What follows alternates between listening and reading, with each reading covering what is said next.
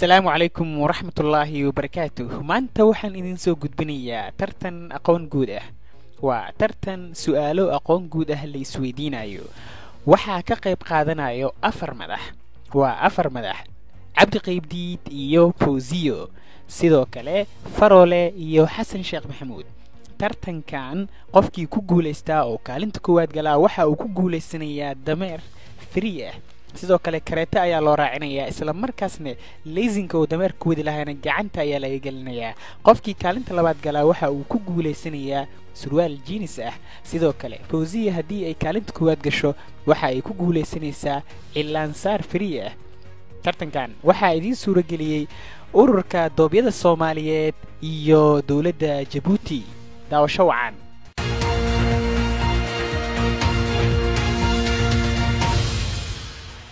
su-aasha koowaad waxa ay ku socotaa madaxweynaha Xasan Sheekh Maxamuud. madaxweyne sheeg hal been oo macquul ah. anigu waxaan ahay madaxweynaha jamhuuriyadda ee la doortay oo shacbiga Soomaaliyeed kalsoonidooda ay siiyeen. waa been aad u weyn oo macquul ah. madaxweyne 3 dhibic ayaad halkaas ku heshay. su-aasha labaad, Farole, waddanka Suuriya wuu khariban yahay hadda. marka sheeg goormee ayay dhibaatada haatan taagan ka bilaabatay waddankaas? sanadkii 2012 bishii April. maya Farole, jawaabtaada waa qalad. caadi iska dhig. su-aasha xigta waa Cabdi Qaybdiid, adigoo qaab been ah noogu jawaabayo. weligaa qabqable ma noqotay mise? taas runtii ma ahan wax hadda oo su'aal hadda maanta ka qabqable dalkan hadda kama jiro, laakiin anigu kuwaas ka mid ma ahayn, weligiina kama mid noqon. waaw, waa been macquul ah oo jaakad iyo surwaal wadato. 3 dhibcood Cabdi Qaybdiid. su-aasha xigta waa Fawziyo. Fawska, gabar qaangaar ah oo single ah oo shidan ma ku joogtaa mise? su-aashan aad weydiinayso waa irrelevant. aniga markaa kama jawaabi karo su-aasha iga daa. 3 dhibcood Fawziyo. hadhow tartanka markuu dhammaado ayaad si hoose nooga jawaabi doontaa su-aashaas.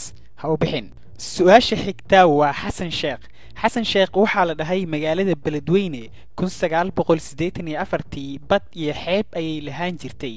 haatanna bad ma laha oo xeeb ma laha. hadalkaasi ma runba mise waa been? been fakatay runi ma gaartaa la yira wax jira ma aha. waa been warkaasi waxba kama jiraan. 3 dhibcood Xasan Sheekh Maxamuud. aniga naftirkeyga waa u maleynayay inay been tahay, laakiin adiga ayaan kugu hubsanayay.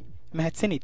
su-aasha xigta waa Farole, sheeg magaca xayawaanka ugu halista badan xayawaanada Soomaaliya xilligan hadda jooga. ra'iisul barlamaankii Shariif Xasan. waa sax. 3 dhibcood Farole, waana sida sheegtay waa Shariif Xasan.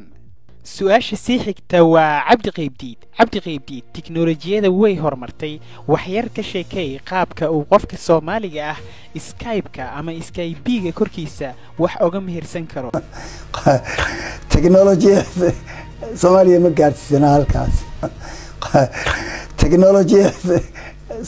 gaarsiisana halkaas. waa qalad jawaabtaada. Soomaalida online-ka way iska guursadaan wayna iska furaan xilligan hadda la joogo. su-aasha xigta waa Fawziyo, qiyaas gabadhan imise dollar ayay ka soo bixisay geelkan? 300,000 bay ku iibsataa la yiri. waa qalad jawaabtaada. 300,000 dollar neef geel ah uma maleynayo inuu joogo. su-aasha sii xigta waa Xasan Sheekh Maxamuud. madaxweyne, waddankeena Soomaaliya xilligan hadda ah ma jiraa xafiis qofka hadduusan shaqaynayn uu lacaga ceer ah ka qaadan karo? xafiiskaasi horta waxaan rabaa inaan runta sheega ma jiro hadda, laakiin waa arrin aad iyo aad muhiim oo samayn doonaa. 3 dhibcood madaxweyne. sida saxda ah ee aad uga jawaabtay iyo sida niyad wanaagga ah ee aad ugu tala jirtid inaad xafiis noocaas ah samaysid. su-aasha xigta waa Farole, ereygan Ingiriisiga ah aqribal oo ku dhawaaq. institute. 3 dhibcood Farole. sida quruxda badan ee aad ereyga u jajabsanaysid ee aad suudaysid ayaaba caadi ahayn. 3 dhibcood laakiin waad qaladay. cabdi qaybdiid waad bajiiftaa oday ma tartankaad ka baxday? anigu waa ka baxay adigay ku taalaa mudane macasalaama. ugu dambayn fawska hal mar noo qosol bal.